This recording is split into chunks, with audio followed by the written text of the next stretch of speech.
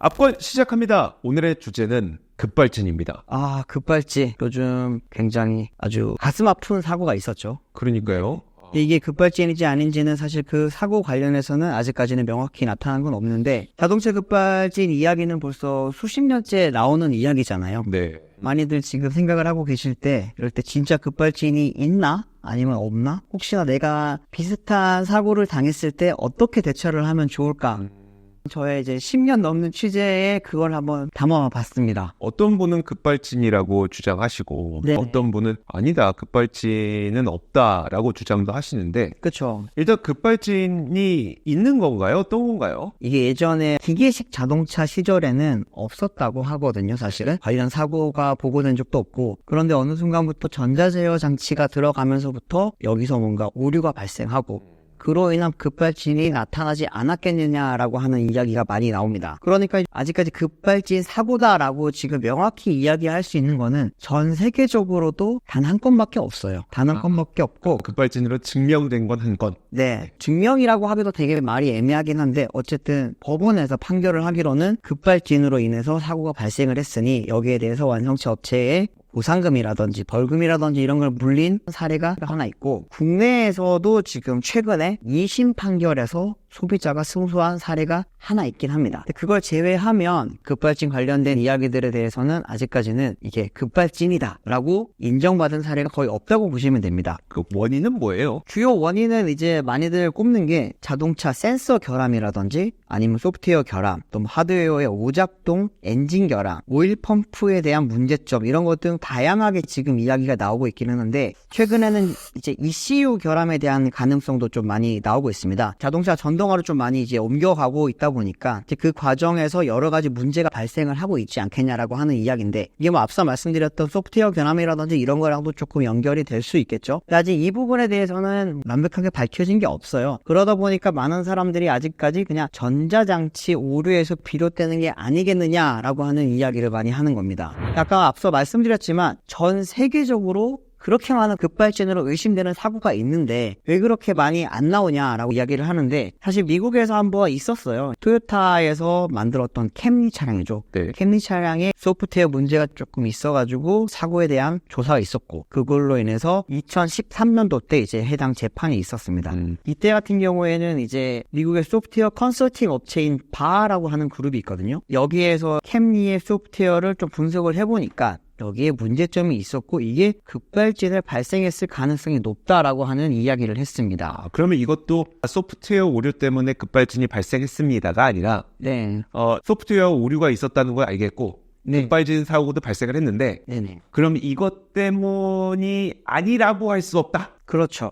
이게 무조건적인 증거다 이렇게 할 수는 없는데, 이때 당시에도 이 바그룹이 제출한 보고서 자체가 결국에는 토요타 소프트웨어에 취약한 부분이 있었다라는 거에 대해서 중요한 증거 자료로 채택이 됐던 거고요. 뭐 이게 바그룹 때문에 토요타가 패소했다 이런 이야기는 아닌데, 법원에서 이 원고들이 제출했던 자료라든지 또 토요타가 이야기한 자료, 그리고 바그룹이 제출한 자료, 이걸 다 분석을 해보니까 이제 법원에서는 아무래도 이 판결은 토요타에게 문제가 있는 것 같습니다라고 했고, 토요타도 그거를 결국에 인정을 했습니다. 근데 이게 급발진 사고로서 최초의 인정 사례이기도 하고요. 무엇보다 더 큰 충격을 줬던 거는 그 이제 비용이 들어갔던 게, 쉽게 말하면 이제 이 급발진 사태로 인해서 토요타가 지불한 액수가 엄청났거든요. 먼저 벌금이 이때 당시에 미국 법무부에 12억 달러를 냈습니다. 네. 지금으로 치면은 거의 1조 한 6천억 정도 될 거예요. 그리고 소비자 배상금이, 미국은 또 굉장히 무섭잖아요, 이 부분이. 네. 소비자 배상금으로 지금 소송 합의금 약 11억 달러가 들어왔습니다. 이게 한 1조 5천억 정도 될 겁니다. 그리고 또 이거 말고도 개별 소송 합의금으로 수억 달러를 추가적으로 지불을 했다고 해요. 네. 또 하나는 리콜을 해야 될 거 아닙니까? 네. 문제가 있었으니까. 리콜 비용은 50억 달러였습니다. 리콜 비용이 50억 달러에 7조입니다. 7조요? 네. 와. 그러면은 이것들만 지금 합치더라도 토요타가 쓴 돈이 100억 달러가 넘어요. 14조.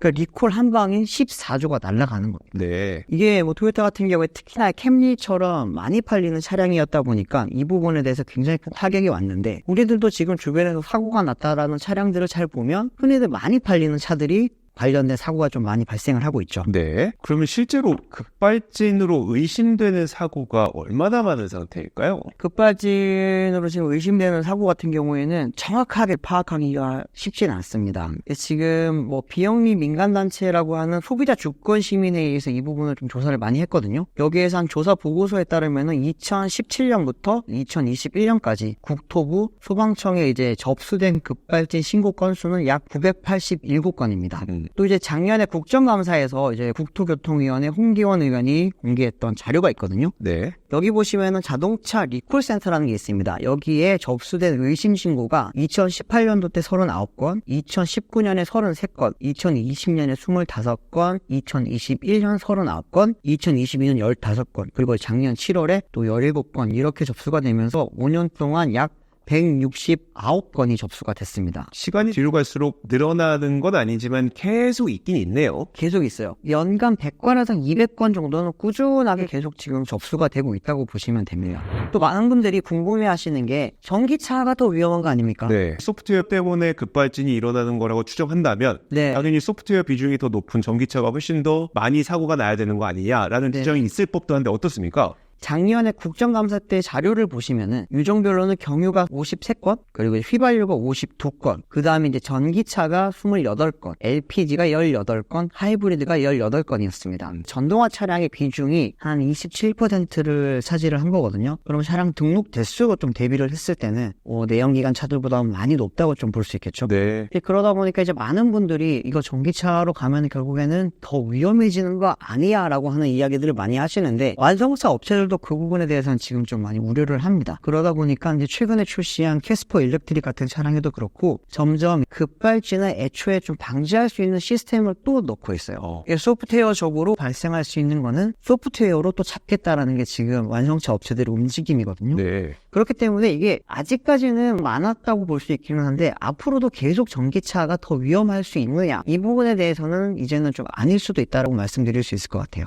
알겠습니다. 근데 제가 기억하기로는 올해 초에 제네시스 G80 판결이 나온 게 있던데 네. 이거 제조사가 승리하지 않았었어요? 맞아요. 이것도 참 말이 많았던 사고 중에 하나인데 한 4년 전입니다. 2020년 10월 달에 관악구에서 제네시스 G80 차량이 가다가 갑자기 급발진처럼 보이는 그런 사고가 발생을 했고요. 네. 운전자 쪽에서는 결국에는 손해배상 청구 소송을 현대차를 대상으로 냈습니다. 그때 이제 운전자가 이야기했던 거는 이제 서행하던 차량이 갑자기 급가속을 했고 또 제어가 되지 않았다고 하죠. 흔히들 말씀하시는 게 브레이크를 밟아도 안 멈췄다, 뭐 이런 이야기 있거든요. 근데 그 영상을 보시면은 차가 어떻게든지 다른 차를 안 박으려고 막 피해서 가요. 근데 가다가 결국에는 앞에 차들이 막혀 있으니까 버스를 들이받고 어쩔 수 없이 그때 멈춰섰거든요. 근데 이게 소송이 한 2년 넘게 진행이 됐는데 이게 결국에는 이번에도 제조사 승소로 결론이 났고요. 이때 당시에 좀 뭐 이야기가 나왔던 것 중에 하나는 이제 현대차가 재판이 좀 진행되는 과정에서도 재판 기록의 이제 외부 공개를 좀 막아달라면서 재판 기록 열람 제한을 신청을 했고, 여기에 대해서도 이때 취재를 하던 사람도 좀 여기에 좀 불만을 많이 제기를 하긴 했습니다. 근데 무엇보다 이게 좀 많이 주목을 받았던 이유가 뭐냐 하면, 제가 앞서서 잠깐 말씀드렸지만 우리나라가 2심 판결에서 한번 이긴 적이 있다고 했잖아요. 네. 그 사건을 맡았던 변호사가 이 G80 사건도 맡았어요. 그러면서 이 변호사가 당시에 이야기를 할 때 문제점은 분명히 있다, 이 부분을 내가 알고 있기 때문에 이런 식으로 이야기를 할 거고 G80도 비슷한 문제가 발견이 됐으니까 이길 수 있겠다라고 이야기를 했어요. 네. 그런데 진 거죠. 그러면은 그 이제 변호사가 어떻게 그렇게 이야기를 할 수 있느냐. 이제 2018년에 있었던 일입니다. BMW 사건인데 BMW의 급발진 의혹 사고가 나면서 그때 BMW 코리아가 승소를 했고요. 네. 1심에서는 졌습니다. 1심에서는 졌는데 2심에서는 승소 판결을 하면서 BMW 코리아가 원고에게 각각 4천만 원씩, 그때 당시에 사고 차량에는 이제 운전자와 조수석에 이제 그 운전자의 와이프가 타고 있었고요. 네. 그 부부가 바로 즉사했습니다. 지금 빨간색으로 표시되어 있는 게 그 차량인데요. 네. 엄청 빠르죠. 아이고. 이게 논산에서 서대전 일로 빠지는 차량인데, 네. 속도가 멈추지 못하고 가드레일 받으면서 이제 차량이 타고 있던 부부가 다 사망을 했습니다. 이제 그러면서 이제 소송이 진행됐는데 결국에는 1심에서는 졌습니다. 1심에서는 졌는데 이제 2심에 가면서 이제 원고 승소 판결이 났고요. 현재 지금 이 부분이 아직까지 완전히 마무리된 건 아니에요. BMW도 결국에는 대법원에 상소를 했고 아직까지 최종 판결을 기다리고 있는 상황이긴 합니다. 그럼 운전자 측이 여기에서 승소하게 됐던 이유는 뭐였었어요? 이게 이번에는 기준을 조금 법원에서 다르게 이야기를 했습니다. 지금까지 국내 법원에서 소비자가 왜 급발진인가를 항상 입증을 해야 됐거든요. 네. 그런데 BMW 건 같은 경우에는 법정의 기조가 좀 바뀌면서 제조사에서도 그러면 이게 왜 급발진이 아닌가 이거를 니들도 입증을 하라고 이야기를 한 거죠. 지금까지는 소비자만 입증을 해와야 됐던 사태에서 네. 이제는 제조사 쪽에서도 아닌 이유를 말을 하라는 건데 양쪽의 주장이나 근거나 뭐 데이터를 한번 다 보니까 법원 쪽에서는 이제 BMW 쪽에도 문제가 있을 수 있다라고 판결을 한 거였고요. BMW 쪽에서도 지금 이제 상소를 한 상황이긴 한데 보통 대법원 상소가 올라가게 되면은 2심 판결이 잘 뒤집어지진 않습니다. 그렇기 때문에 만약에 대법원에서도 BMW 패소 판정이 날 경우에는 전 세계적으로도 어떻게 보면은 뭐 흔치 않은 제조사의 그런 패소로 갈 수 있게 되는 거죠. 근데 또 이제 BMW뿐만이 아니라 지금 여러 기업들이 사실 많이 긴장을 하고 있습니다. 어떤 곳이냐면은 우리가 지금 안전의 대명사라고 하는 볼보차가 그렇죠. 네. 볼보차 같은 경우에도 지금 2020년 판교에서 이제 에이다스 오작동으로 인한 급발진 의심 사고가 발생한 게 있거든요. 이것도 한번 영상을 보시면서 제가 말씀을 드릴게요. 네. 네, 보시면은 지금 운전자가 차량에 탑승을 하죠. 여기가 이제 경기도 성남시 분당구 판교 원마을 부근이라고 합니다. 지금 차량이 출발을 했잖아요. 네. 근데 이게 이때부터 갑자기 제어가 안 되는 거예요. 이 사람 말로는 이제 S60이라고 하는 차량인데 네. 차에 타서 출발을 했는데 갑자기 시속 120km로 한 500m가량 질주를 했다고 하거든요. 근데 그러면서 이제 판교 도서관에 위치한 구조물에 충돌을 하면서 차가 결국에는 멈췄고 이 피해자라고 하는 이 여성분은 결국에는 전치 20주의 중상을 입었습니다. 이렇게 되면서 지금 볼보 자동차 쪽에 2억 원 상당의 손해배상 청구를 소송을 하게 됐고 그때 당시에 좀 이제 에이다스 관련된 소송으로는 또 처음이었기 때문에 관심을 굉장히 좀 많이 받았던 그런 사고였습니다. 네. 현재 지금 서울중앙지법 민사합의 15부에서 심리를 하고 있고 1심 재판 결과가 이제 조만간 나올 걸로 지금 예상이 되고 있기 때문에 제조사들이 이 부분에 대해서 많이 관심을 갖고 있어요. 근데 국내에서는 에이다스 관련 소송이 처음이었거든요. 미국 같은 경우에는 테슬라의 오토파일럿이나 FSD 관련된 지금 소송이 여러 건 진행이 되고 있잖아요. 그러다 보니까 그쪽에 대한 지금 뭐 판례라든지 그리고 그쪽에서 어떻게 조사를 했는지도 국내 재판부에서도 지금 많이 도움을 받으려고 하고 있다고 하는데 어쨌든 재판부에서는 제조사의 급발진이 아닌 이유에도 지금 볼보 쪽에다가 잘 설명을 하라라고 이야기를 하고 있다고 합니다. 그러다 보니까 이제 자율주행 시대가 되면은 결국에는 이게 차의 내연기관, 지금까지 흔히 말했던 구동계 그쪽 말고도 이제는 다른 시스템적인 소프트웨어적인 부분에서도 이제 문제가 발생했을 때 판례가 될 수 있기 때문에 이 부분 때문에서라도 지금 재판부는 굉장히 좀 신중을 기하고 있는 모습입니다. 과거에는 소비자에게 급발진이라는 걸 인정하라라고 했더니 모든 덤터기를 다 썼던 것 같고 그렇죠. 최근 들어서 그럼 제조사에게도 너희도 니네가 급발진이 아니라는 걸 증명하라라고 하니까 이것도 사실 증명하기가 어려운 거잖아요. 그러다 보니까 제조사의 책임이 좀 높아진 측면이 있는 게 아닐까. 네네. 어떤 법리적 해석에 따라서 결과가 달라지는 현상이 좀 나타나고 있는 건 아닌가라는 좀 약간 뭐 아쉬운 생각도 좀 들긴 하네요. 근데 네네. 요즘에 저희가 근래에 들어서 급발진과 관련된 굉장히 안타까운 사건 사고들을 많이 봤잖아요. 맞아요. 그런 일들은 지금 어떻게 진행되고 있어요? 이 사건들이 전부 다 아직까지 현재 진행 중이라고 보시면 됩니다. 그 할머니랑 손자가 타고 있던 강릉 티볼리 급발진 사고 같은 경우에도 그때 사고 차량의 운전자가 68세의 고령이었습니다. 그러다 보니까 이제 많은 전문가들은 급발진보다는 고령 운전자의 실실 가능성이 높다라고도 이야기를 많이 했지만 아직까지는 이 부분이 지금 법적으로 판결이 안 나고 진행 중인 상황이고요. 네. 춘천지법 강릉지원 민사 2부에서 지금 이거를 맡고 있고 지난해 이제 작년에 11월 달에 세 번째 변론기일이 열렸습니다. 그때 당시에 재판부가 사고 당시 차량 후방, 중간, 보조 제동 등 점 등 여부를 확인할 필요가 있다고 판단을 하면서 그때 당시에 이제 변론기일을 열었었는데 국가수에서 그때 당시 했던 이야기가 뭐냐면 사고 차량이 1차 모닝 추돌 전 좌회전을 하기 위해 신호대기를 할 때는 후미에 보조 제동 등이 들어오지만 네. 추돌 전후 상황에서는 점등 상황이 확인되지 않는다라고 이렇게 분석 결과를 이야기를 했습니다. 그러면서 이제 원고 측에서는 사고 당시 후방 좌우 브레이크 등은 들어와 있는 것으로 볼 때 가운데 보조 제동 등은 차량 결함으로 이미 고장난 상태였다고 이야기를 했던 거죠. 네. 왜냐하면 브레이크를 밟았지만 브레이크 보조 제동 등이 들어왔지 않았기 때문에 이거를 급발진이 아니다라고 이야기하는 거는 이 자체에 대한 결함도 있었을 수 있기 때문에 네. 확인을 해야 된다는 이야기입니다. 또 이제 많이들 기억하시는 게 부산 산타페 사고, 이것도 네. 굉장히 좀 가슴 아픈 이야기인데, 이거 같은 경우에도 이제 재작년에 법원 1심 판결이 6년 만에 나왔습니다. 결국 운전자 과실로 결론이 짓게 됐거든요. 이게 왜 슬프다고 이야기를 많이 하시냐 하면은 차량이 타고 있던 5명 중에 4명이 사망을 했습니다. 이제 그러면서 이제 운전자였던 이제 할아버지만 살게 되고, 네. 이제 할머니와 손자 2명이 다 그때 당시 사망을 하면서 많은 분들이 굉장히 좀 가슴 아파했었는데, 그때 당시 이제 유족들은 현대차, 이제 산타페 차량이 현대차잖아요. 현대차와 이제 부품을 제조한 보쉬를 상대로 100억 원 규모의 이제 손해배상 민사소송을 제기를 했습니다. 1심, 2심 모두 이제 소비자가 패소를 한 상황이고요. 현재 대법원 최종 심리만 남은 상황인데, 이제 대법원 민사 3부에서는 유족인은 상고에 대해 심리 불속행 기각을 하지 않고 본안 심리를 진행을 한다고 합니다. 이거 사고 영상을 한번 잠깐 보시면은 굉장히 지금 운전자도 당황을 하고 있고, 이렇게 블랙박스에 찍힌 영상입니다. 2016년에 있었던. 네, 아이고. 이 차가 제어가 안 되는 거예요. 네. 그러면서 이렇게 지금 추돌을 하고 나서 차량이 이제 결국에는 멈추게 된 건데, 차 상태가 이렇게 된 겁니다. 그러면서 이게 이제 거의 사람이 살 수 없는 상황이 된다고 볼 수 있겠죠. 이렇게 되면서 이때 뭐 문제가 좀 보쉬 측이라든지 현대차 쪽에서도 굉장히 좀 많이 우려를 했고, 여기에 대해서 유족들이랑 이야기를 많이 하기는 했지만 결국에는 소송이 진행이 됐고요. 이때 이야기가 나왔던 것 중에 하나가 이 산타페 차량이 이게 굉장히 오래된 차량입니다. 1세대 모델이고, 또 이제 여기에 이제 디젤 엔진에 들어가는 고압 연료 펌프에 품질 문제가 있었습니다. 이 부분에 대해서 리콜을 나중에 진행을 했거든요. 네. 그러면서 그거를 근거로 해서 이 유족들은 현대차와 이 고압 펌프를 만들었던 보쉬를 상대로 이렇게 지금 소송을 진행을 했던 건데, 그게 현재로서는 지금 거의 패소 판결이 계속 나고 있다고 보시면 됩니다.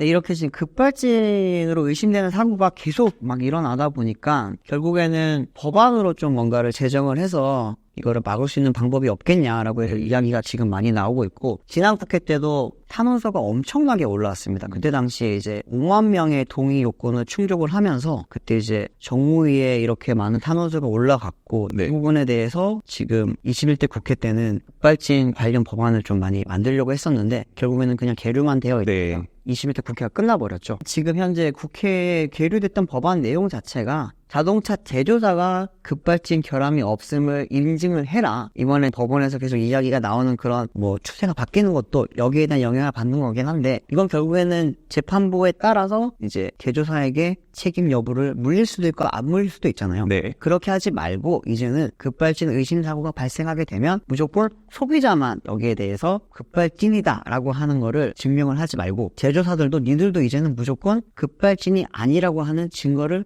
내라고 하는 거죠. 사실 해외 같은 경우에는 이미 이제 제조사 쪽에서도 급발진이 아닌 걸 지금 증명하라고 하고 있습니다. 미국이라든지 유럽이라든지 다른 나라 같은 경우에는 관련 비슷한 사고가 발생했을 때 이제 소비자는 여기에 대한 급발진이라는 이유를, 그리고 이제 제조사들 같은 경우에는 급발진이 아니라는 걸 같이 자료를 제출을 해요. 그걸 통해서 이제 재판부에서 판단을 하는 건데, 그럼에도 불구하고 아직까지 대부분이 급발진이 아닌 거라고 나왔거든요. 그런데 우리나라 같은 경우에는 지금까지 법안 자체에 제조사의 증명의 의무 자체가 없었던 거죠. 그러다 보니까 이제 그 부분에 대해서 이제는 제조사에 좀 의무를 지우려고 했던 건데, 그 법안이 지금 계속 계류만 되어 있다가 끝나버린 상황이었습니다. 이 22대 국회가 시작되면서 이 부분이 지금 다시 어떻게 진행될지에 대해서 많이 좀 관심을 갖고 있었는데, 며칠 전에 이제 시청 앞에 사고가 발생하면서 네. 아무래도 이제 급발진 관련 법안에 대한 이제 탄원이 다시 한 번 더 올라가지 않을까, 그렇게 지금 보이는 상황입니다. 알겠습니다. 참, 사고가 발생해서 소송에 넘어가고, 거기에서 배상 책임이 누구가 있는지 결정되고, 이런 것들은 저희가 좀 해야 되겠습니다만, 네. 일단 저희가 운전을 하면서 실제로, 이거 급발진 같은데 뭔가 이상한데라고 느낄 때, 그럼 우리는 어떻게 해야 돼요? 그럴 때는 정말 당황스럽잖아요. 네. 그럴 땐 무조건 몸에게 기억을 시켜놔야 됩니다. 가장 먼저 해야 될 게 뭐냐면 발을 페달에서 떼세요. 많은 분들이 브레이크를 밟고 있는데 안 밟히니까 더 세게 밟으려고 하거든요. 네. 근데 그게 가속 페달일 수도 있어요. 그렇기 때문에 그럴 때는 일단 발을 한번 떼보는 거예요. 네. 발을 떼도 속도가 안 준다. 그러면은 정말 급발진의 의심으로 할 수 있겠죠. 네. 그런데 이제 발을 뗐을 때 속도가 줄게 되면 대부분은 잘못 밟고 있었다는 거를 인식을 할 수 있게 됩니다. 또 하나는 이제 파킹 브레이크랑 페달 브레이크를 동시에 작동을 시키는 방법이 있습니다. 어떤 거냐면은 요즘 전자식 브레이크는 네 바퀴가 한 번에 잠기거든요. 그렇게 되면은 제동할 확률이 훨씬 높기 때문에 그 부분을 한번 해보시면 좋습니다. 또 하나는 이제 변속기를 중립기어로 바꾸는 거예요. 보통 뒤에 가 있잖아요. 네. 이거를 N으로 옮기게 되면은 이제 구동에 연결되어 있던 기어비가 풀리면서 속도가 줄 수도 있고요. 또 하나는 이제 이미 속도가 나버렸어요. 네. 그럴 때는 가드레일이라든지 벽면에 최대한 이제 옆으로 가서 차의 벽면을 옆을 긁으면서 속도를 줄이면서 이제 점점 스티어링 휠을 벽면 쪽으로 갖다 붙여가지고 점점 세우는 그런 방식으로 하면 좋고요. 또 하나는 이제 아직 그 속도가 좀 덜 올랐어. 그럴 때는 이제 전신주나 뭐 나무나 아니면 벽 이런 데 아무 때나 박으면 됩니다. 속도가 많이 올랐을 때는 사실 나무라든지 전신주를 박는 것도 위험해요. 원래 자동차가 굉장히 무거운 물체예요. 1톤에서 2톤이 넘는 그런 물체이기 때문에 속도가 붙었을 때 나무를 받게 되면 나무도 뚫고 나가버려요. 그러면 2차, 3차 피해가 있을 수 있기 때문에 그럴 때는 이제 벽면을 좀 찾으시고 그 전에는 이제 만약에 속도가 좀 덜 올랐으면은 단단한 곳에 먼저 부딪히면 좋겠죠. 시동은 많이들 좀 이 부분을 헷갈려 하시는데 이게 구형 차량이나 신형 차량에 따라서 좀 다릅니다. 여전히 키를 넣어서 돌려서 시동을 거는 방식 차량들 있잖아요. 네. 그 차량들은 절대 시동을 끄면 안 돼요. 왜요? 시동을 끄고 차량의 키를 뽑잖아요. 그러면 스티어링 휠이 잠깁니다. 맞아요. 장기예요. 스티어링 휠이 잠기게 되면은 이걸 옆으로 차를 피할 수도 없고 그냥 가다가 갖다 박는 수밖에 없어요. 그렇기 때문에 절대로 시동을 끄면 안 되고요. 신형 차량들은 요즘 여러 가지 세팅이 되어 있기 때문에 시동을 끄면서 아예 연료 컷을 시켜주는 그런 장치가 있거든요. 네. 그렇기 때문에 이제 요즘 흔히 말하는 스타트 버튼 눌러서 시동 켜는 차들 있죠. 이 차량들은 스타트 버튼을 꾹 눌러서 시동을 끄게 되면은 그때 차량이 서서히 멈출 수가 있습니다. 네. 이거를 실험을 많이 해보니까 차들마다 달라요. 이게 어떤 게 다르냐면 어떤 차는 3초만 눌러도 꺼지고 어떤 차는 10초 동안 눌러야지 꺼지고 이렇긴 한데 그래도 한 손으로는 스티어링 휠을 어떻게든 좀 피해가면서 최대한 피해를 줄이고 그러면서 이제 다른 한 손으로는 시동 버튼을 꾹 눌러서 이제 시동이 꺼지게 하는 방법도 하나의 급발진 대처 요령이 될 수 있습니다. 급발진인지 아닌지도 중요하지만 가장 중요한 건 우리 가족이 다치지 않아야 되는 거잖아요. 마지막에 류종훈 기자가 얘기해줬던 이 급발진 발생할 때 대처 요령 꼭 기억하시길 바랍니다. 압권이었습니다. 이제 시청역 앞에 역주행 관련해서 이제 점점 이제 조사를 하는 과정입니다. 그 과정에서 이제 전문가들의 이야기라든지 의견이 지금 많이 나오고 있는 상황이거든요. 근데 이 중에 지금 핵심적인 이야기 중에 하나가 ECU라고 하는 게 있습니다. 엔진 컨트롤 유닛이라고 하는 건데 여기에 결함 가능성에 대해서 이야기가 지금 왈가왈부가 좀 많이 나오고 있는 상황입니다. 네. 여기에 지금 좀 불을 지핀 사람이라고 하는 분이 이제 그 박병일 명장이라고 있습니다. 네, 자동차 명장. 자동차 이제 정비 명장이라고 할 수 있는데 그분 사진 지금 하나 좀 띄워주세요. 네. 이분께서 이제 최근에 그 한 라디오 프로그램에 나오셔가지고 했던 말이 이제 ECU에 이제 이상이 발생했을 수 있다. 당시 사고가 나면서 그러면서 이제 브레이크 등이 안 들어왔던 것도 네. ECU에 이상이 생기면서 이제 브레이크를 밟았지만 전자신호 오류로 인해서 브레이크 등이 안 들어왔을 가능성이 높다. 이러면서 이제 말씀하실 때 급발진일 가능성이 한 나는 70% 정도로 본다라고 네. 그때 말을 했습니다. 그런데 이제 제가 이 부분에 대해서 조금 제가 알고 있는 바랑 달라서 취재를 한번 해봤습니다. 네. 알아보니까 이 브레이크 등이 들어오는 거는 사실 브레이크 등은 ECU랑 아무 상관이 없습니다. 어떤 거냐 하면은 브레이크를 밟으면은 불이 들어오게 약간 전원처럼 되어 있는 거예요. 네. 이거는 전자가 아니라 전기입니다. 전기. 전기처럼 이렇게 들어오는 거고 우리가 시동 걸기 전에 네. 잘 생각해 보시면 브레이크를 밟고 시동을 걸잖아요. 그렇죠. 근데 브레이크를 밟고 시동을 걸기 전에 이미 뒤에 빨간불이 들어와 있죠. 들어와 있죠. 그렇기 때문에 이거는 전자장치랑은 전혀 ECU랑 상관이 없다. 상관이 왜냐하면 없습니다. 그 시동 걸기 전에는 ECU가 켜져 있지 않은 상태니까. 네, 그렇습니다. 아, 그러네요. 네. 그리고 또 이분이 했던 말씀 중에 또 하나가 이제 이 전자장치 오류로 인해서 브레이크가 들지 않았을 수 있다라고 합니다. 네. 그러면서 이 브레이크 자체를 전자식 브레이크로 말씀을 하셨거든요. 그런 식으로. 그런데 이 해당 차량은 2018년식 구형 G80 차량입니다. 네. 이 차량 같은 경우에는 전자식 브레이크가 들어가지 않았고요. 전자 제어 유압식 브레이크가 들어가 있습니다. 전자 제어 유압식입니다. 유압식 브레이크는 우리가 흔히 알고 있는 유압식 브레이크랑 비슷한 건데 전자 신호로 이제 이거를 전자신호로 브레이크를 넣었다 뺐다 하는 거를 이제 유압을 넣었다 뺐다 하는 부분에 전자신호를 주는 거지. 네. 이게 우리가 흔히 전기차라든지 테슬라 사이버트럭 들어가는 그런 이제 BBW라고 하죠. 이제 네. 브레이크 바이 와이어드 시스템이 들어간 차량이 아니에요. 그렇기 때문에 여기도 ECU가 개입을 하지 않습니다. 그렇기 때문에 그 부분에 대해서 조금 약간 논란들이 지금 많이 나오고 있어요. 제가 사진 하나 좀 띄워주시면은 준비한 네. 사진인데 이제 화면 이게 한번 네, 보여주세요. 유압식 네. 브레이크의 모습입니다. 여기에 보시면은 밟으면 바로 이제 브레이크가 작동이 되어 있는 방식이거든요. 그러니까 이 밟는 것 자체가 그냥 전원 버튼 누르는 거라는 거죠. 그렇죠, 그렇죠. 네. 그렇기 때문에 이게 ECU로 들어가서 ECU가 다시 판단을 해서 브레이크를 잡으세요로 하는 게 아니고요. 네. 밟으면은 브레이크가 밟게 돼 있습니다. 아. 그런 거기 때문에 그 부분에 대해서는 조금 잘못된 지금 이야기들이 많이 오가고 있고 또 하나는 ECU의 논란 자체도 지금 있고요. 또 마지막으로 제가 또 하나 취재를 했던 부분이 어떤 거였냐면 이 차량이 지금 긴급 제동 장치에 이상이 있었을 수 있다라고 하는 이야기도 있었습니다. 네. 긴급 제동 장치라고 하는 건 흔히 이제 앞에 물건이나 차량이 있을 경우에 가다가 긴급적으로 사람이 밟지 못할 경우에 알아서 스스로 작동을 해서 멈추는 그런 장치잖아요. 네. 그런데 이 해당 차량은 그 장치가 달려있지 않았어요. 지금 이 차량 자체는 그 옵션으로 들어와 있었던 네. 차량이었고 지금 이번에 사고 난 차량은 그게 달려있지 않았다고 하고요.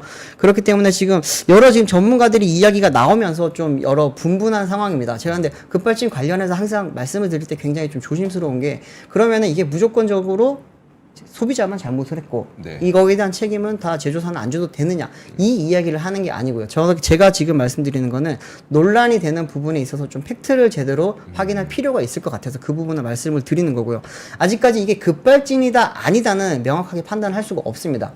지금 현재 국가수에서 이 부분을 조사를 하고 있는 상황이고 당연히 EDR 데이터를 지금 보고 있고요. 네. EDR 데이터만으로 다 100% 판단할 수 없습니다. 그렇죠. CCTV랑 그리고 이제 또 블랙박스 영상 그리고 또 이제 박병희 명장이 했던 이야기 중에 하나가 그 안에 있는 신호를 잡는 또 다른 기능이 있어요. 네. 브레이크랑 이제 그 엑셀레이터 페달을 잡을 때 들어가는 또 찍히는 게 있거든요. 그러면 그거는 이제 엑셀 밟았는지 브레이크를 밟았는지를 확인할 수 있는 기록이 또 다른 기록 장치입니다. 그래 그런 걸 이제 전부 다 전체적으로 봐야 되는 거기 때문에 EDR은 나는 못 믿겠어라고 하는 분들도 있는데 EDR이 예를 들어서 오류가 나면은 네. 오류가 났다라는 그 데이터까지도 EDR에 다 찍혀 있습니다. 그렇기 때문에 EDR을 무조건적으로 믿을 수는 없다라고 하는 것도 조금은 조심스럽게 가져야 될 태도고요. 아마 지금 한 달 정도면 아마 결과가 나올 걸로 지금 제가 파악을 하고 있는데 네. 그 부분이 나와 보면은 좀 알 수 있을 것 같은데 현재 전문가들의 대부분 의견은 급발진일 가능성이 이번에는 조금 적을 가능성이 높다라고 지금 많이들 말씀을 하고 계십니다. 알겠습니다.